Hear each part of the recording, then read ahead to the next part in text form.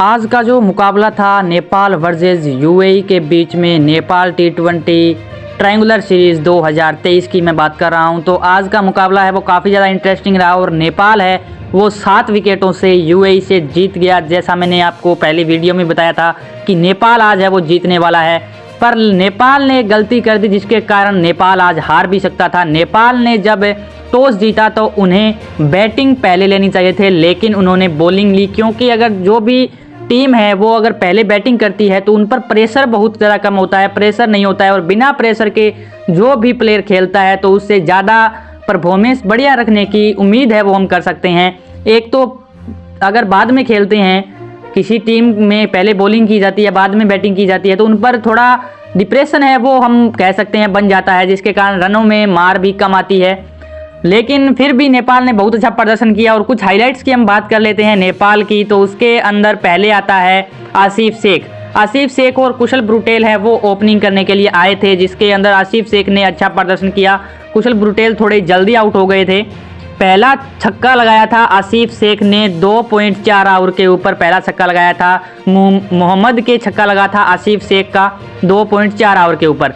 अगला चौका लगाया था कुशल ब्रुटेल ने, मोहम्मद के लगाया था 2.6 ओवर, मतलब 2 बॉलों के ओवर के अंदर है वो 6-4-10 और 14 रन है वो इस ओवर के अंदर बने थे। दूसरे ओवर के अंदर कुल 14 रन रेट है वो आई थी। अगला जब विकेट पड़ा कुशल ब्रुटेल का 4.2 ओवर के ऊपर है वो कुशल ब्रुटेल का विकेट पड़ गया था, जिसके कारण नेपाल के अंदर है वो काफ़ी ज़्यादा निराशा आ गई थी, क्योंकि कुशल ब्रुटेल है वो काफ़ी हद तक अच्छे खिलाड़ी हैं और उनके ऊपर पूरी आस है वो रखने का निर्णय बनता है नेपाल का, क्योंकि कुशल ब्रुटेल काफ़ी हद तक बहुत बढ़िया प्लेयर हैं। आगे आता है फिर कुशल मल्ला। कुशल मल्ला ने पहला चौका लगाया 4.4 ओवर के ऊपर और कुशल ब्रुटेल के आउट करने का बदला है वो कुशल मल्ला ने ले लिया। फिर आसिफ शेख ने चौका लगाया था सचिन शर्मा के 5.1 ओवर के ऊपर, आसिफ शेख का चौका लगा था और फिर लगातार चौके छक्के की बारिश है वो करने लग गए नेपाल के खिलाड़ी। तो आसिफ शेख ने 5.1 ओवर के ऊपर चौका लगाया, फिर लगातार आसिफ शेख ने दूसरी बॉल पर 5वें ओवर की दूसरी बॉल पर फिर लगातार एक और चौका लगा दिया, मतलब 2 गेंदों के अंदर 2 चौके हैं वो आसिफ शेख ने लगा दिए। फिर 6.3 ओवर के ऊपर कुशल मल्ला ने एक चौका लगाया और फिर 6.6 ओवर के ऊपर कुशल मल्ला का विकेट है वो ले लिया अली नासिर ने।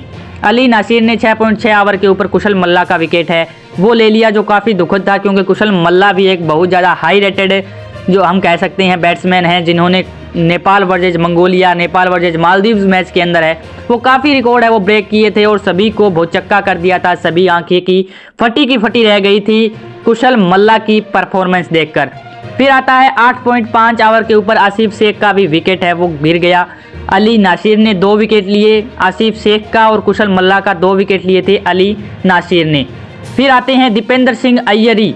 दीपेंद्र सिंह अय्यरी के आते ही पूरा जो गेम है वो पलट गया, क्योंकि जब 9 ओवर स्टार्ट हुए थे, 9वां ओवर जब तक स्टार्ट हुआ था तब लगभग ऐसा लग रहा था कि नेपाल आज हारने वाला है, क्योंकि रन रेट है वो काफ़ी डाउन चल रही थी नेपाल की।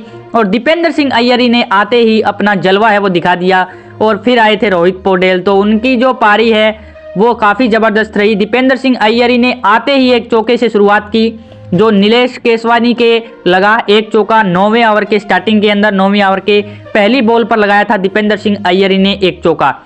फिर दीपेंद्र सिंह अय्यरी ने 11वें ओवर के अंदर मोहम्मद के लगाया था एक चौका और फिर 13वें ओवर के अंदर दीपेंद्र सिंह अय्यरी का एक छक्का था वो ज़बरदस्त था, मतलब बाउंड्री से काफ़ी दूर जाकर गेंद है वो गिरी थी।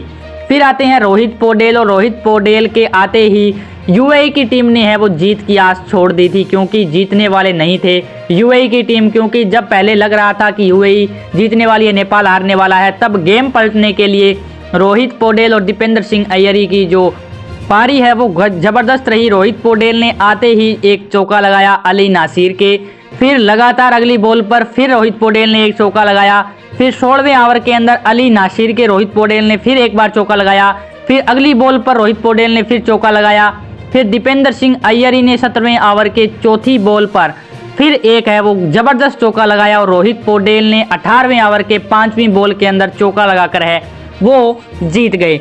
लास्ट बॉल पर चौका लगाया और जो यूएई के टीम की जो रन थे वो 140, 20 ओवर के अंदर 140 पर 7 आउट थे, जो नेपाल के सामने उन्होंने रिकॉर्ड रखा था। और नेपाल ने 18.5 ओवर के अंदर 144 रन बनाए 3 विकेट के नुकसान पर। तो काफ़ी ज़बरदस्त पारी है वो नेपाल की रही। और जो हम काफ़ी ज़्यादा ऑडियंस थी वो सोच चुकी थी कि नेपाल आज हारने वाला है, क्योंकि 10 ओवर तक नेपाल के पास कुछ ज़्यादा रन रेट नहीं थी, क्योंकि लगभग 10 ओवर के अंदर हम माने तो 70 रन होने चाहिए थे नेपाल के, लेकिन 57 या 58 रन पर ही जूझ रही थी नेपाल की टीम।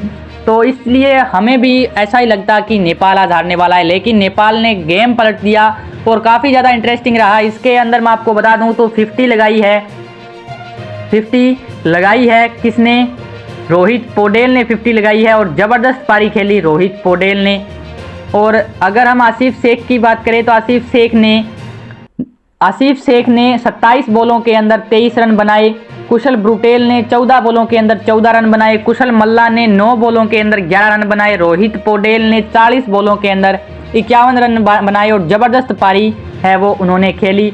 इसके अंदर 5 चौके हैं वो रोहित पौडेल के नाम है, जो इस मैच के सर्वाधिक चौके हैं। सबसे ज़्यादा चौके लगाने वाला है रोहित पौडेल कैप्टन। और दीपेंद्र सिंह अय्यरी की हम बात करें तो 23 बॉलों के अंदर 34 रन बनाए, जिसके अंदर 3 चौके हैं वो लगाए। रोहित पौडेल के बाद सबसे ज़्यादा चौके लगाने वाला जो बैट्समैन है वो दीपेंद्र सिंह अय्यरी है। काफ़ी ज़बरदस्त पारी है वो रोहित पौडेल और दीपेंद्र सिंह अय्यरी की रही। दीपेंद्र सिंह अय्यरी और रोहित पौडेल की जब पारी चल रही थी तब सारा गेम है वो पलटता हुआ दिखाई दे रहा था और काफ़ी इंटरेस्टिंग लग रहा था। जिस जुबान से पहले ये बोला जा रहा था कि नेपाल आज हारने वाला है, वही जुबान पर नेपाल का नाम है वो आ रहा था बार बार। और काफ़ी अच्छी पारी है वो खेली। आसिफ शेख ने भी अच्छी पारी खेली, 27 बॉलों के अंदर 23 रन बनाए।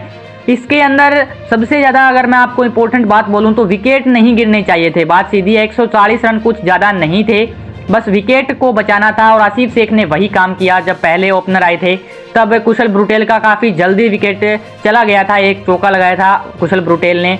वहीं पर आसिफ शेख ने पिच पर बने रही है आसिफ शेख और 27 बॉलें खेली, उसके अंदर 23 रन बनाए। सबसे ज़्यादा इंपॉर्टेंट बात यहाँ पर ये हो रही थी कि विकेट है वो नहीं गिरने चाहिए थे, क्योंकि कॉन्फिडेंस बढ़ता है अगर विकेट जल्दी गिरने लगते हैं तो आगे जो भी प्लेयर खेलने आता है, बैट्समैन खेलने आता है, तो उसके एक प्रेशर बन जाता है कि विकेट जल्दी गिर रहे हैं और हमें रन है वो ज़्यादा बनाने हैं, जिसके कारण डिप्रेशन में आकर या तो कोई बैट्समैन गलती कर बैठता है या फिर बॉलर है उससे वो डर जाता है, जिससे विकेट है वो जल्दी गिर जाते हैं। उसके अंदर नेपाल ने पहली एक गलती तो ये तो माननी पड़ेगी कि नेपाल की बड़ी गलती थी, जिसके कारण नेपाल है वो हार भी सकता था, लेकिन भगवान की दया मानो या राम की दया मानो, वो नेपाल है वो जीत गया। क्योंकि नेपाल जब टॉस जीता था तो उनको सबसे पहले बैटिंग है वो चूज़ करनी चाहिए थी, क्योंकि जब कोई भी टीम है वो पहले बैटिंग करती है तो उन पर कोई भी प्रेशर नहीं होता है, कोई डिप्रेशन नहीं होता है और काफ़ी फ्रेश माइंड से वो खेलते हैं, तो काफ़ी हद तक अच्छे रन है वो बना सकती है टीम। अगर पहले बॉलिंग करती है तो एक तो फील्डर्स हैं वो थक जाते हैं, भागते हैं, बॉल पकड़ते हैं, तो इससे थक भी जाते हैं। और दूसरी बात हम कहें तो बाद में खेलने पर डिप्रेशन भी आ जाता है, क्योंकि अगर लगातार 2 से 3 विकेट अगर पहली बार में गिर जाते हैं तो काफ़ी ज़्यादा डिप्रेशन का सामना करना पड़ता है बैट्समैनों को। तो इससे अगर और अच्छा कर सकती थी नेपाल की टीम, अगर उन्होंने पहले बैटिंग ली होती तो काफ़ी हद तक अच्छी प्रदर्शन है वो कर सकते थे। उसी के अंदर कुशल ब्रुटेल का एक कैच है वो सामने आ रहा है, गजब का कैच है कुशल ब्रुटेल ने पकड़ा है, लगभग 9 से 10 फीट ऊंचा कैच है वो कुशल ब्रुटेल ने एक छलांग में लपक लिया और काफ़ी गजब था, जिसके कारण जो जितनी भी ऑडियंस वहां पर उपस्थित थी सबकी निगाहें हैं वो कुशल ब्रुटेल पर टिक गई थी। काफ़ी हद तक अच्छा प्रदर्शन है वो नेपाल ने किया और मैंने कल भी कहा था कि नेपाल अब रुकने वाली टीम में से नहीं है, नेपाल झंडे गाड़ने वाली है और आज रिकॉर्ड है वो तोड़ने वाली है। कुछ ज़्यादा प्रदर्शन अच्छा नहीं रहा, लेकिन अगर पहले बैटिंग करती नेपाल की टीम तो कुछ बहुत अच्छा है वो कर सकती थी, क्योंकि डिप्रेशन में नहीं होती है पहले टीम, ये मैं आपको 2-4 बार बता चुका हूँ। तो हम बात करें आज के मैच की तो आज का मैच काफ़ी इंटरेस्टिंग रहा, बढ़िया रहा और नेपाल को जीत की हार्दिक शुभकामनाएं। जितने भी नेपाल के मेरे साथी देख रहे हैं सभी को शुभकामनाएं। और कल है वो मैच होने वाला है हांगकांग वर्सेस नेपाल और मैं यही आशा करता हूं कि नेपाल कल भी झंडे है वो गाड़ने वाली है। T20 ट्रायंगुलर सीरीज 2023 के अंदर नेपाल है वो विजेता रहने वाली है, मुझे तो ऐसा ही लगता है। आपको क्या लगता है, क्या नेपाल झंडे गाड़ पाएगी? कमेंट सेक्शन में जरूर बताइए और अभी तक हमारे चैनल पर नए हैं तो चैनल को सब्सक्राइब करके बेल नोटिफिकेशन को ऑन कर लीजिएगा, जिससे हमारी अगली नेपाल की बड़ी न्यूज़ आप तक सबसे पहले पहुंच के। धन्यवाद, मिलते हैं अगले इंटरेस्टिंग नेपाल न्यूज़ के साथ।